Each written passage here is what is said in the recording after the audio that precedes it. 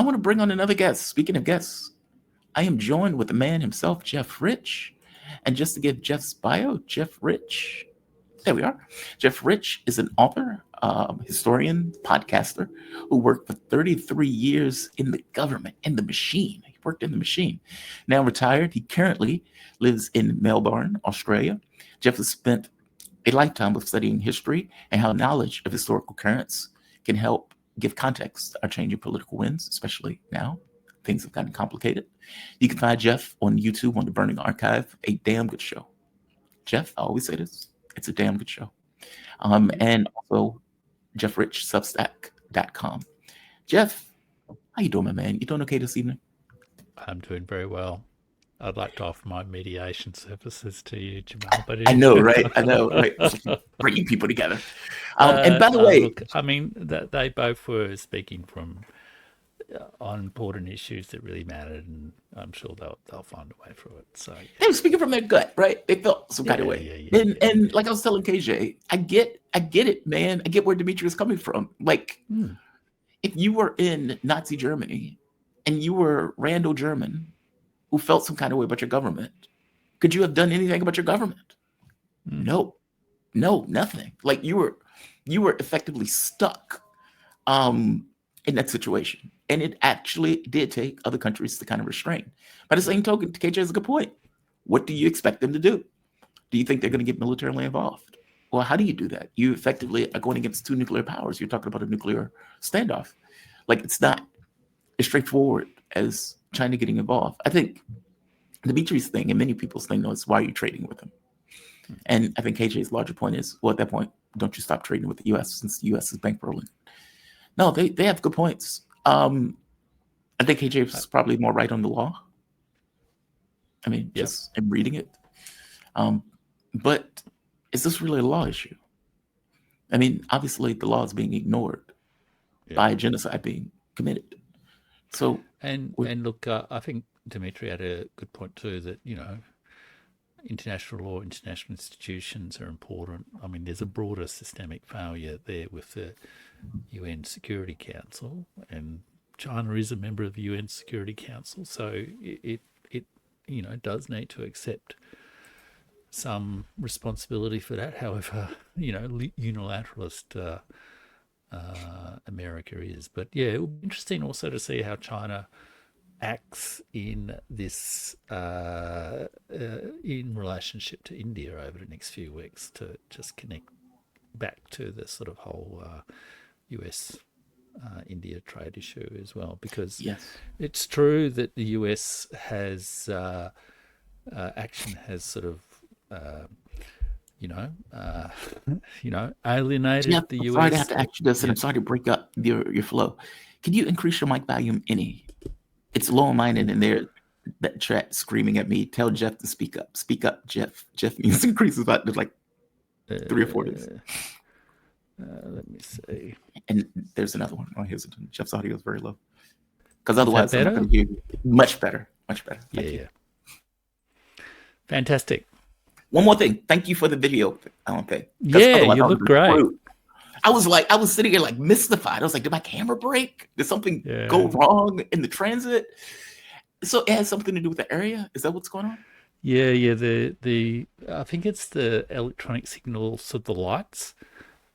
And the hertz is, I mean, I don't really understand it, but the hertz thing is different in different countries. So like in Australia, you have to set your camera flicker reduction to 50 hertz, I think, but the default in the US is 60, and it's just different in different regions around the world. So as soon as I saw your flicker issues, I thought, I've had that problem.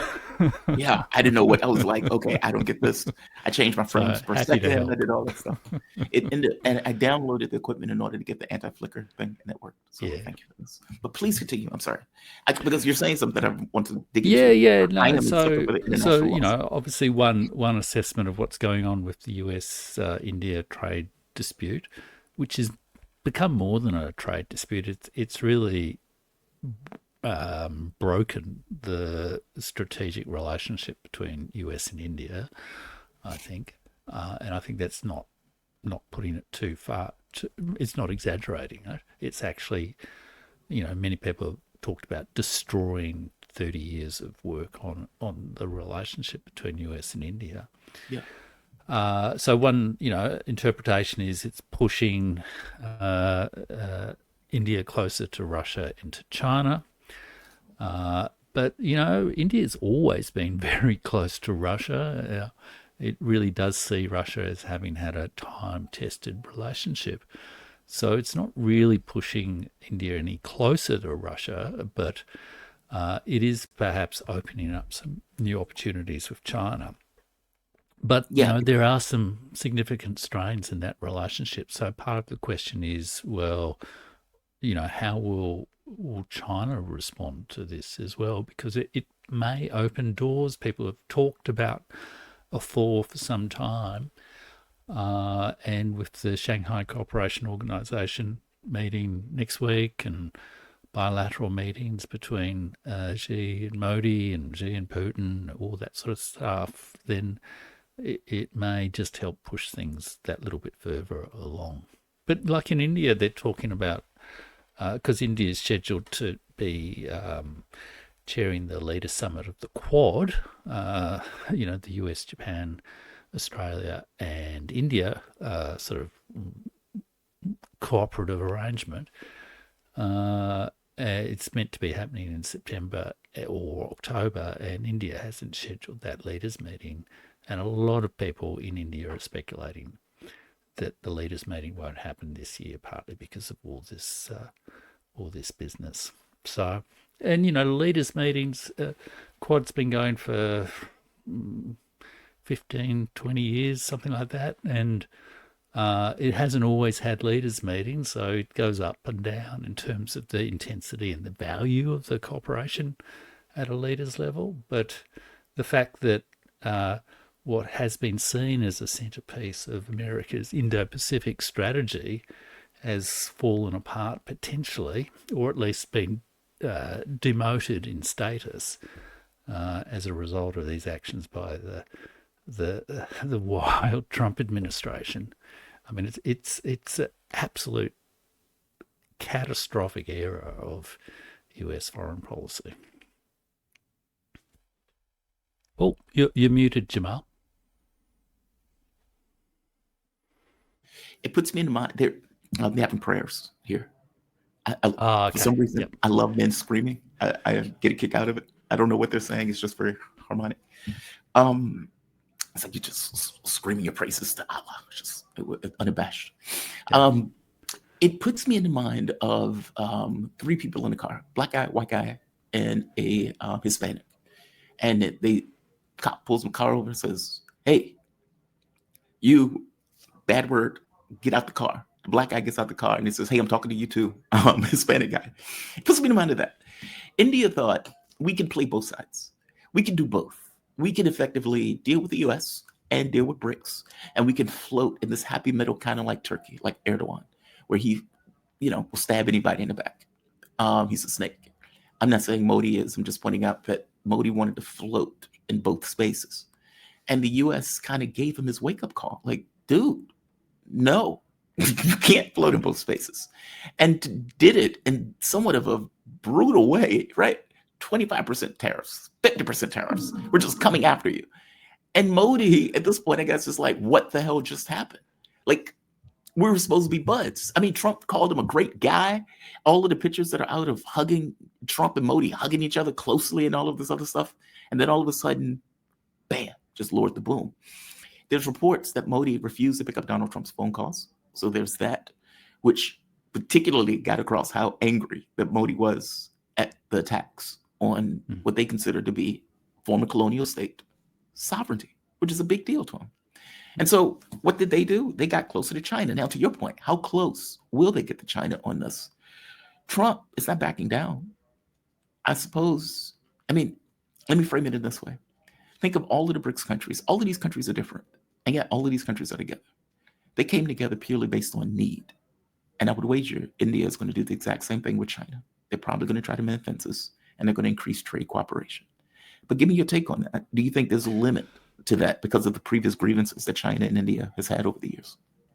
Well, I'd probably frame it slightly differently. I mean, I don't think it's Please. really India playing both sides. India has pursued what they call a multi-aligned policy, and it's pretty much a broad consensus. I mean, they were known as being non-aligned back in the 60s kind of thing, Jeff, but come on. And how is that different than playing both sides?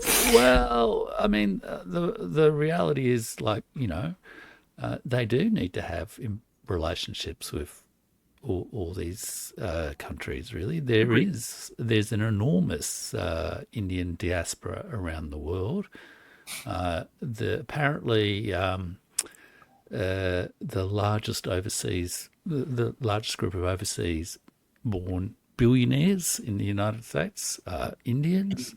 Interesting. It's a huge proportion of the sort of technology industry and the business community are Indians. There's a significant they played the Hindu Indian South Asian community played a significant role in the last election and was acknowledged as playing a significant role in the last election. So there is a lot of real people to people, financial and other kind of connections between India and the United States, as there is like in Australia, like the largest overseas born group, migrant group in Australia is now from India.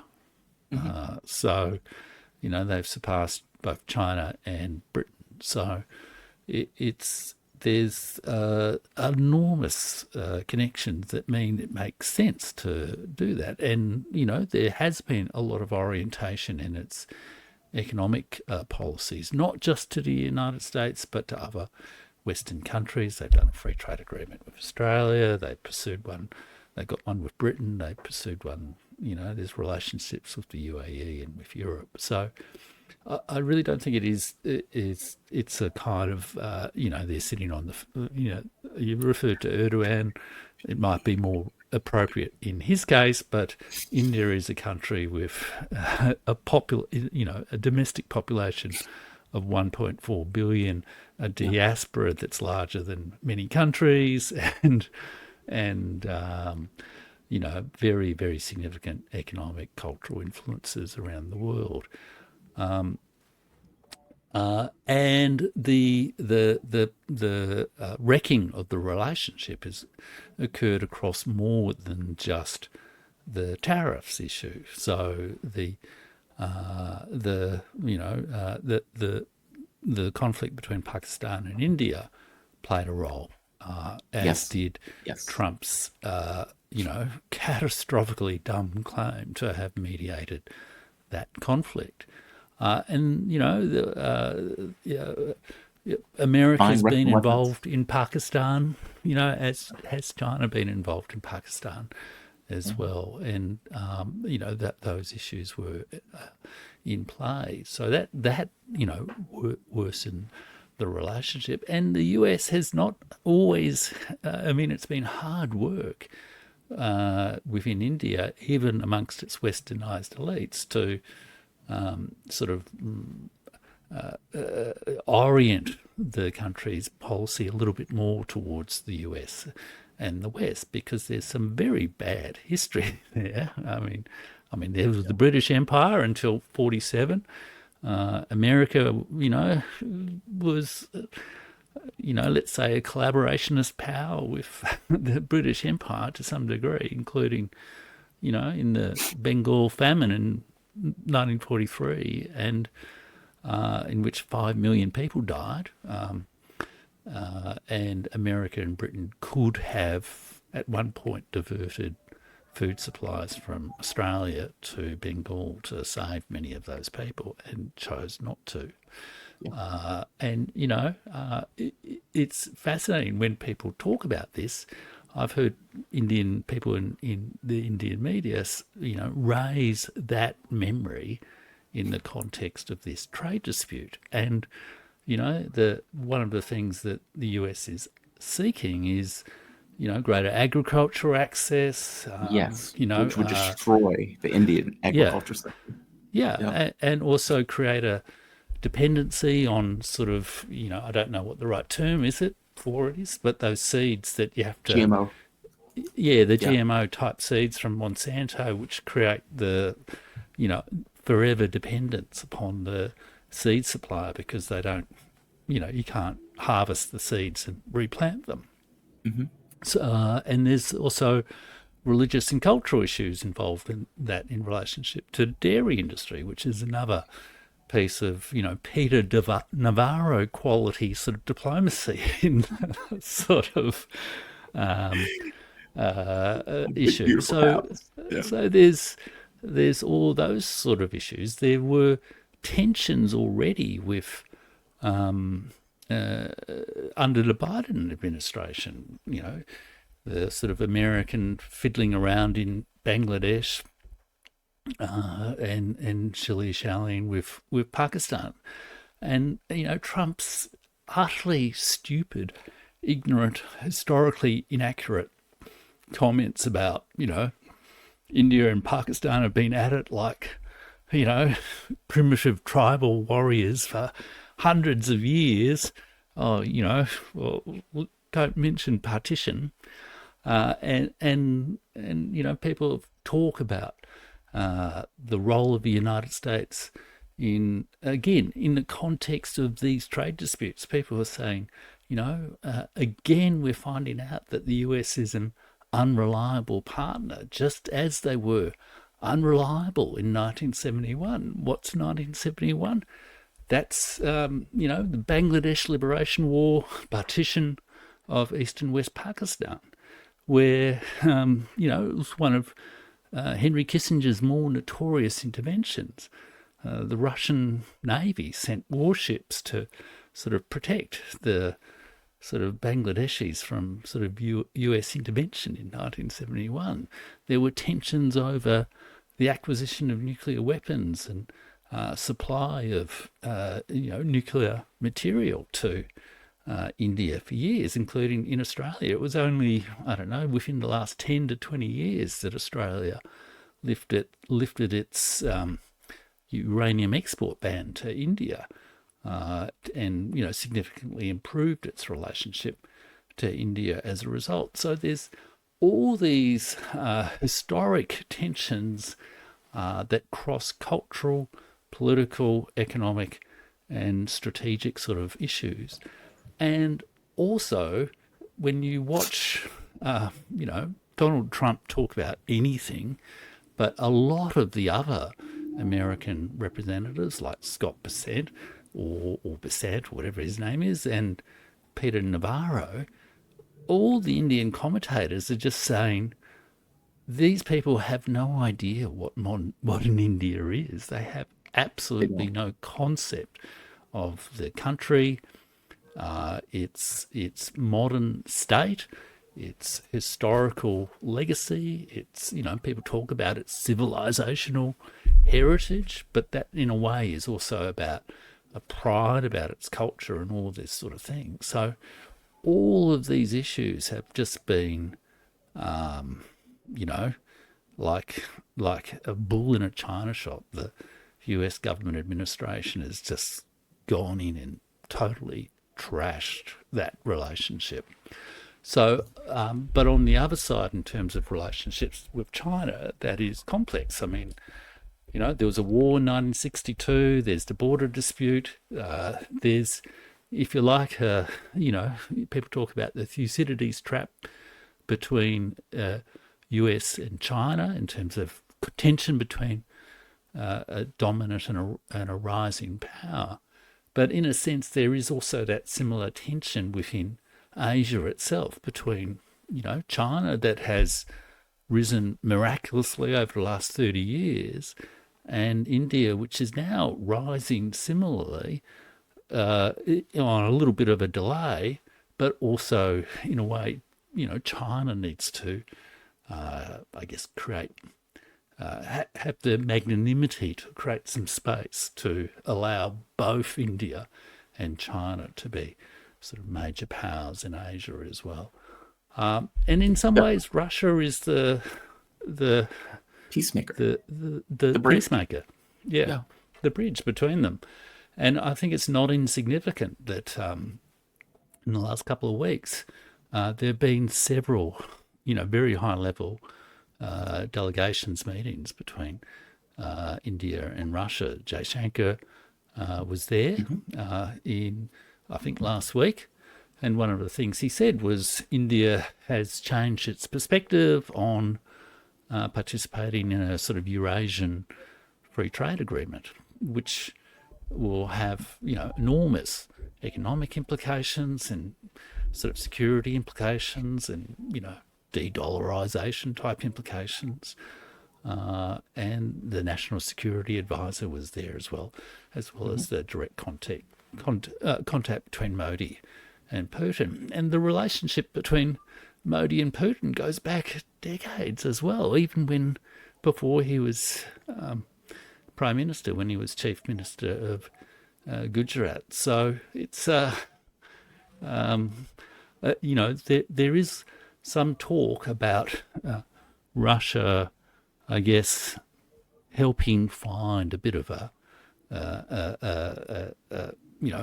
happy medium or a happy common ground where India and China can sort of manage their disputes. And those disputes are not just being resolved now as a result of what Trump has done. There's been, years and years and years of work on, managing those tensions, which are, perhaps now being given an extra urgency.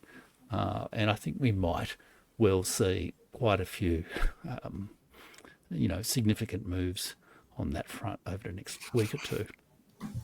Yeah, I suspect we will. I mean, okay, just the U.S. is putting countries in a position of us or them. India didn't want to play us or them. India wanted to do both, which is why I said, I don't think I used the term fence sitting. I think I said they were trying to play both sides. Yeah. Trump is not, that doesn't seem to be in his mindset. And as you point out, he doesn't have a good take on history. The things that he says are just mind-blowing sometimes. Like, Putin just doesn't like Zelensky. It's like, dude, it's not about him liking Zelensky. He's not legitimate. And if you're dealing with Russia, who's very legalistic, and the way that they look at the world, they're like, that guy's not. There are legal reasons for us not to just make a deal with him when the next guy can just blow the deal out the water saying this is not a legitimate deal, right? Like, he doesn't seem to get the basics. It's almost like he goes out with a script, but he forgets the script after he says whatever he has to say when it's conciliatory. When he says something that's true, and it's like, okay, maybe he does get this, and then later on it's all BS what Lavrov is saying, that they won't sit down with Zelensky. It's like, it's not BS. It's the weirdest thing. The Russians will tell exactly what they want. They would like literally detail item by item. And then Rubio or Trump will come out, we have no idea what the Russians want.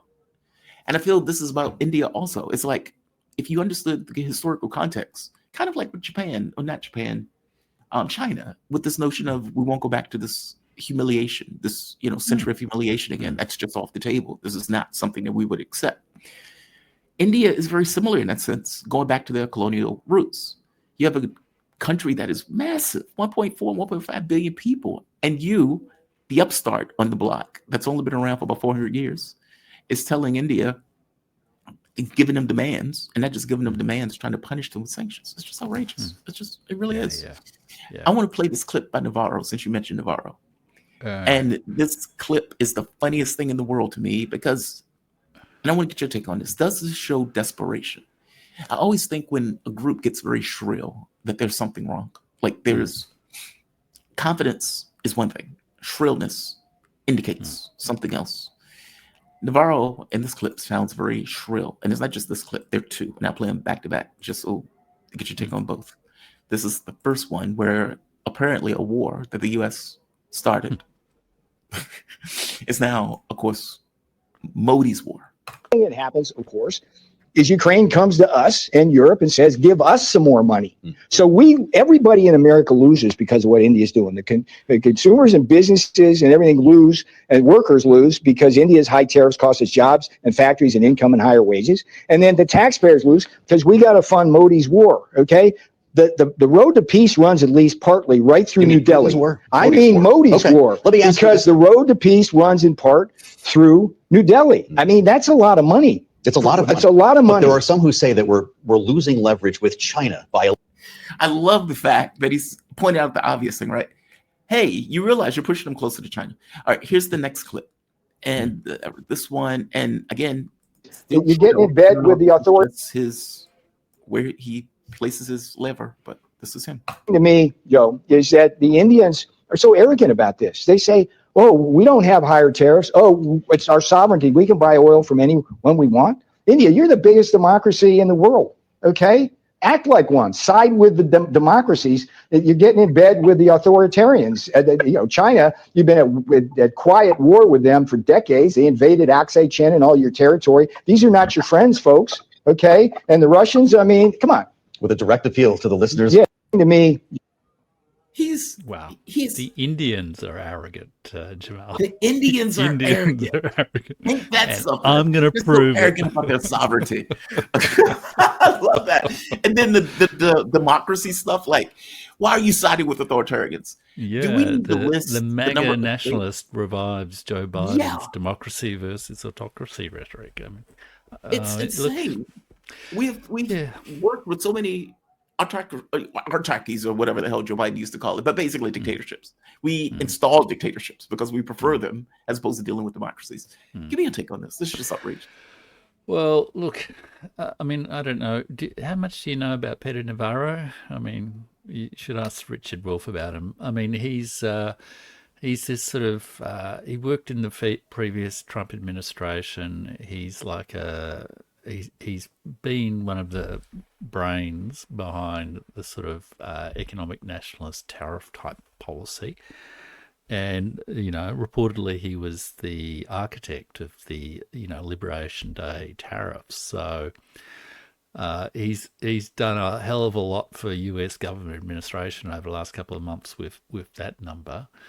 And he was a regular guest on Bannon's War Room, and he's always been this sort of firebrand, sort of resentful, they're stealing our trade, our business from us and all that kind of thing. He wrote a number of papers in support of his arguments, his trade policy arguments, and quoted other research papers, which people subsequently discovered that were written by an author whose name was an acronym of his own name, and were actually papers that he'd written and submitted under. So look, without putting, I don't want to, be accused of being defamatory, but in metaphorical terms, let's say, he is just an intellectual fraud. So there's that. So, no one should pay any attention to his arguments, and anyone who's paid any attention to how his anti-China tariff policy went would say, well, why hasn't this guy been fired already? So that's one point. The second point is, regardless of anything else, what that tells me is the Trump administration is just an incoherent mess at the moment. I mean, why are they allowing a senior trade counsel for trade and manufacturing or something, who's basically just this kooky economist who's indulged by Trump because, he sort of vibes with him, making remarks like that on television that go to fundamental foreign policy issues that presumably the vice president traveled to India and made a big effort to establish close relationships with India.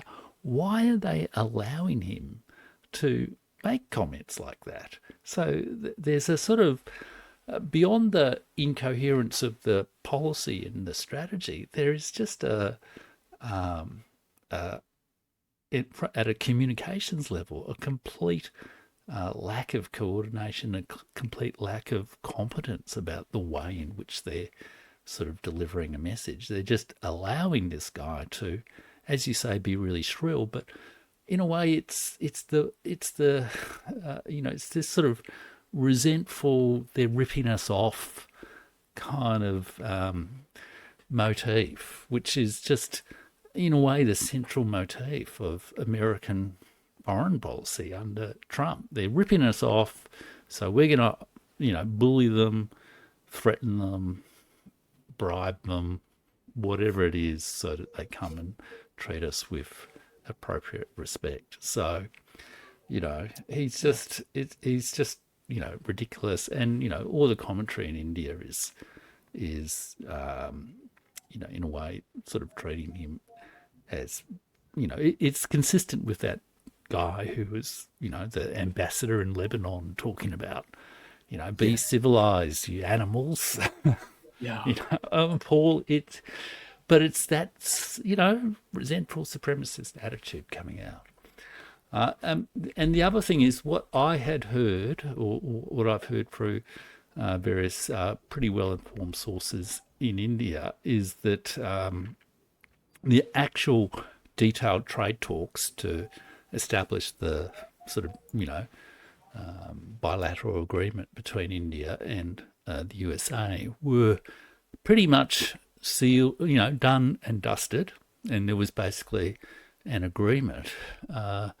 And then it was sort of overturned really by Trump and his court, presumably Navarro, to try to leverage or get some extra pressure or maybe use it in the negotiations. It all happened, immediately before the Alaska summit. One does wonder whether it was somehow related to leverage with Russia, leverage with China. But it really, like negotiating trade agreements is an incredibly complex technical process. Like, there are people who spend their entire careers in the bureaucracy doing this kind of stuff. Like it's a big thing. And it sounds like if you like, the professional level, there was pretty much a settled arrangement, but then it was just sort of overthrown.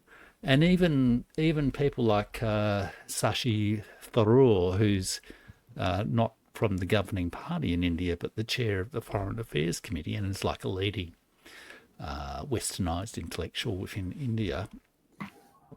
He went on this sort of road trip through the United States after Operation Sindoor to, put the case for India's relationships and the case for its intervention in that conflict. And he reported, quality engagement across the political spectrum at sort of all sort of levels, even up to the vice president. Yet there was no sort of engagement with the president, and it came this sort of throwing the trade deal up in this sort of punitive tariff thing was seen as it came out of the blue. It was a complete surprise. So there's a real sense in which this was undisciplined, incompetent, unpredictable, incoherent, but that's the state of America at the moment. And it's just having worldwide consequences because everyone's looking at it and saying, well, you can't rely on America. And what's more, India's standing up to America, even though it's a developing country with billions of people in poverty, billions of people, not billions, millions of people, hundreds of millions of people in poverty, millions and millions of people who, potentially whose lives could be deeply harmed by this sort of fickle trade action. They're standing up to America and looking to how they can sort of respond and adapt and sort of survive in with new markets and all that kind of stuff. So why can't we also stand up to it? Oh, good question. Good question. I think it boils down to this, to answer this thing of how does Trump blow this up? How does he all of a sudden just override what was taking place? I don't know if you've seen this, but this is hilarious. But apt, it's dead on. All right, Vladimir, if you don't end that war in Ukraine in 50 days, I'm going to do something very strong. Oh, God, this again. Okay, right, cool. What's that? Cool? I'll show you cool. Now you have 10 days. Okay, maybe 12. Love it, can't wait. Okay, that's it. Ow! Holy shit! Why did you hit me? Why did you hit me? Look, Oh, I love that. Why did you hit me? Why did you hit me? Yeah. But that is apt, right? I mean, Trump has no cards with Russia. He knows it. He can walk, but he doesn't do that. And there are various reasons why I suspect he doesn't want to walk. He wanted a deal walking. He's going to get screamed at by all sorts of corners in the U.S., Europe, and everything else. Oh, my God, I can't believe you abandoned Ukraine. That's the only reason they lost. He wants a deal. Now, the problem is he has no cards on the Russian side. And so his thought is, I need to get cards on Russia. If I could somehow, wound Russia in regards to people who are buying oil from him, maybe that'll give me some cards on Russia. Oh, I know. Let me go after India. And it's like, hey, why didn't you, further in that clip, he says, why didn't you go after China? They're buying more oil. And it's like, it's complicated. Yeah, it's complicated, right? They have rare earth minerals. They have an economy that stood up to us last time we had a trade war. They didn't back down, et cetera, et cetera. Xi Jinping wasn't taking my phone calls. So I'm not going to go after them. I'm going to go after you. It's that. Like, I suspect they blew it up because all things being equal, they're looking for ways to try to get some level of leverage on Russia. And India was their gateway, and they tried to do so. Not to mention, I think they want to go after BRICS. But yeah. There is that theory that it's sort of like, his foreign policy is in complete tatters. The tariffs have failed. The Russia conflict issue has failed. The Iran conflict didn't really go as planned, although you could say that they have achieved some level of success there. The Israel issue is just disastrous. So, where can they get a win? So that's one explanation, I guess, and people are searching around for possible explanations. I have heard another theory that, in a way, it's about. It is actually related to the conflict with Iran and Greater Eurasia, but also with potential interests in Pakistan as well. So, it seems bizarre to say this, but, Stephen Witkoff's son and Donald Trump's son both invested in all these weird sort of crypto type schemes that are based in Pakistan.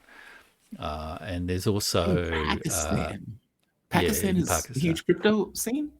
Yeah, apparently it's that's sort of, I guess, the bait perhaps Pakistan is offering the US for whatever sort of, military security type cooperation that they want. And in addition, the southern part of Pakistan is strategically, China has sort of a trading port base there. And it's crucial to sort of some of the sort of transport infrastructures that would, connect the Indian Ocean to Western China. And there are also, minerals and that sort of thing in Pakistan as well. So there's the commercial bait, which, and John Helmer analysis of Trump's character is, look at the most base motives possible, and that's probably the simplest explanation for Trump's behavior. And his son is invested in this sort of stuff, and his special envoy has invested in this stuff. But then he's just appointed this ambassador and to India and special envoy to South and Central Asia. Right. And he's the guy's not an ambassador. He's sort of like he's a MAGA loyalist who's apparently doing the personnel appointments, which I mean is a important role within the White House. And it's created some anger within India because you're saying being ambassador to India is not a big enough role. It's just it's sort of almost as if he's the new Governor General of the British Raj of South Asia. Yeah, that's not going to be received well. And but some people have said that this I mean the other thing about Pakistan is it borders Iran, and one of the areas Pakistan's having difficulty with, there's a liberation independence movement, is Balochistan, that borders and goes into Iran as well. So some people have said Pakistan is a direct military access route for the US if it did actually want to attack Iran. Now, I don't know whether that's true. I'm so skeptical of that. Yeah. Because if you remember Iran, I mean, Pakistan was very loud. I mean, maybe a country being loud doesn't necessarily mean much or mean anything. But if I give them credit for what they were saying, they were outraged by the attacks on Iran, saying, how dare you do this? We'll have your back, whatever that means. Yeah. So, but then the general, I can't remember his name. He had a one-on-one sort of luncheon with Trump in the White House as well. So, which again is sort of not exactly diplomatic protocol for a military officer to meet with a head of state. Yeah, and that is weird. Yeah. So I suspect it's probably more corruption and, not that I want to make allegations, but alleged corruption. Keep you in safe legal ground, Jamal. Yeah. And the sort of sense of trying to get a win somewhere. But, who knows if there are grander schemes involved. Yeah, that's fascinating. I think I agree with you. Trump made a serious mistake on this. And, be nice to your friends. You be nice to your friends. And in this case, India, at the very least, was a friend that you had kind of like a nose under the camel's tent and bricks. Yeah. At this point, I don't know if that's going to remain to be true. You hit me about first, international law.